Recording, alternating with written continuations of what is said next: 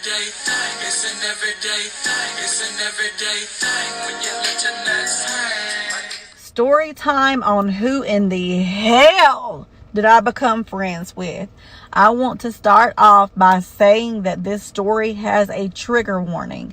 If you are sensitive to topics that are evil, dark, just please keep it moving, because this story gets very dark and very evil, and I'm not being funny in any way, shape, or form. So let's get into it. For several years, I knew this girl, we're going to call her Anna, in passing. Me and Anna had a mutual friend, but we never we never hung out. But one night, me, her, and Mutual ended up all going to the bar together. Y'all would have sworn Mutual was not even there. The way that me and Anna hit it off, I'm talking about instant besties, instant connections, laughing, cutting up. It was like we had known each other for years. You know what I'm saying? So after that night, we were like literally stuck together like glue. You saw her, you saw me, vice versa. Like, the friendship took off very fast. So yeah, I think we kind of just needed each other at that point in our life. Like but yeah, not so much looking back. So boom, I was staying at her house. She was staying at my house. She started meeting my other friends. I started meeting her other friends, all the things, y'all. One night, my mom was cooking dinner. She invited me over, so I decided to take Anna to meet my mother. We got there, we ate. Anna ended up walking outside at some point in time. And my mother literally was like, "How do you know her? Who is she?" Like, my mama don't do this either, y'all. She just don't. And I tell her, and she's like, "You need to watch your back around that girl. I can't put my finger on it, but she ain't right." So for my mother to tell me that in my adult life, I definitely took heed and put it in my back pocket. So time goes on. One day, let me mention, I started noticing little weird patterns. One day we were at my house. I was in the bathroom doing my makeup. I feel something like right up on me, staring a damn hole in the side of my head. And I turn, and it's Anna, and she is like staring at me in this strange, mesmerizing, just weird ass way. And I was like, "Anna, like, what the fuck? What you doing, girl? Like, what are you doing?" And she was like, "I just wanted to get up close so that I could see the way that you do your makeup, like a step by step. That way I could do my makeup like you do your makeup." Ah! That scared the literal shit out of me, okay?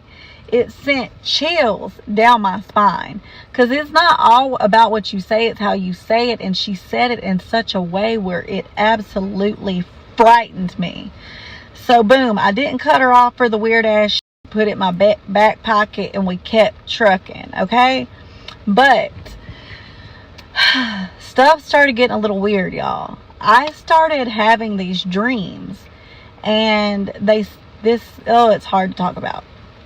I started having these dreams, and they were more so experiences that would happen. They started at her house, and I felt like something was sitting on me when I would try to go to sleep, and I would try to scream out, but I couldn't scream. And yeah, so I don't want to get all into that, but that was it. And I'm one of God's people. I've always been a dreamer, and I knew that God was trying to tell me something, but I was not putting 2 and 2 together and pointing that 4 at Anna. Okay, I wasn't picking up what our good Lord was putting down. Anyway, as I kept trucking, we ended up meeting up with one of my family members. We're gonna call him Bobby. Well, her and Bobby had hit it off. Okay, so during this time, me and Anna kind of drifted apart. And I started back focusing on my clients. I was taking clients from home at the time doing my esthetician work. Keep that in mind. It is important, okay? So one day, ring, ring, ring. Hello, it's Anna on the phone. Why did you not tell me that Bobby was MFing crazy? And I'm like, first of all, I didn't introduce y'all for y'all to be on that type of time. That was very much y'all. This is very much none of my business. But Bobby doesn't act that way. I know Bobby like the back of my hand. Bobby gets business and always has. But y'all, the sad part is she was not lying. After Bobby started messing with her, it was like he became a different person. He was doing the most crazy, erratic shit that I had never saw this side of him or know that it existed. He was scaring me. And this behavior landed Bobby in prison. That's how serious this was, y'all. Like, this was very real. He obviously didn't just go to prison. Things happened in the meantime, between me and her that had nothing to do with him. So let's get into that. One day, just like any other, I go over to her house to kick it. She was in her bedroom or bathroom doing something, and I was sitting in her living room, and I noticed some books sitting, I think, on the couch, and I saw a book that was about itchcraft that she had obviously been reading. So obviously I wasted zero time in confronting Anna about why she had these books. One of them was open anyway, and she said, "Oh girl, I'm just getting tattoo ideas out of those books." Okay, girl, totally. Yeah, that makes sense. She did have a lot of tattoos, like a whole lot of tattoos. But y'all know, like I know, that was complete BS, okay? But back then, I gave people the benefit of the doubt way too much. And I try to see the good in people way too much. And that's why I have these crazy stories for y'all now, okay? But after I left her house that day, I ended up calling Bobby. Me and him were really close before all of this. So I ended up calling him, and I'm like, "Cuz, you not gonna believe what I just saw at Anna's house. Like, bruh, this girl had these books." And I just told him, and y'all, he just did not care. He didn't want to hear nothing I had to say. He didn't care about nothing he formerly cared about. His ass wasn't Bobby no more. He was Robert, okay? Just for real. So it was about 2 days later that Bobby caught his charge. I got the call telling me about the charge he caught, that he was in jail. So I end up going over to Anna's house that day, and I had told her what happened to Bobby. She didn't seem surprised at all, but her exact words to me, I will never forget. She said, word for word, and I quote, "It's like whatever was in me got into Bobby." Wow. Chills didn't go just down my spine. They went all the way to my ass, okay? And the way that I looked at her, she tried so quickly to just like laugh it off, play it off like she was joking. And at this point, I'm like, you weird, bro. You weird. Like, this girl had the worst luck ever. Like, every day she just had badass luck, okay? Just saying. So after that day, I was like, I have got to get away from this girl. But how?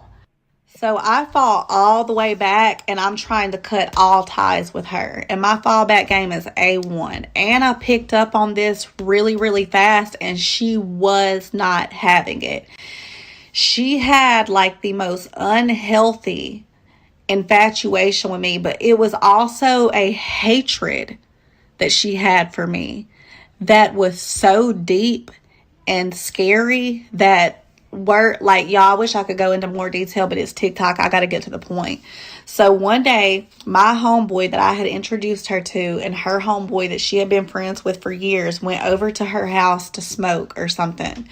After they left, my homeboy, God rest his soul, called my phone. He was like, Zayd, we just left Anna's house, and this girl literally had blonde hair in with the little dark top.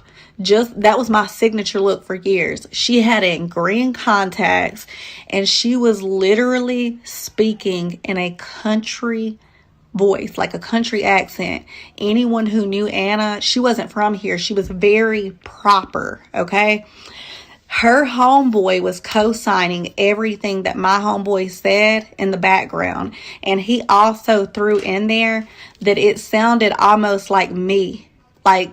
She literally sounded just like me. Like, they were genuinely creeped out, y'all. So that aside, I'm just like, I stay prayed up. And yeah, tenfold. But one day, this is when everything came to a head. This is the day I will never forget. She kept on and kept on and kept on trying to get me to come to her house. I don't know why she was trying to get me over there, but I was like, hell no. Like, you're a weirdo. And I mean, I didn't say that, but I'm just like ignoring her. But one day I was like, okay, I'll go give her closure. You know what I'm saying? So I go to her house, and when she opened the door,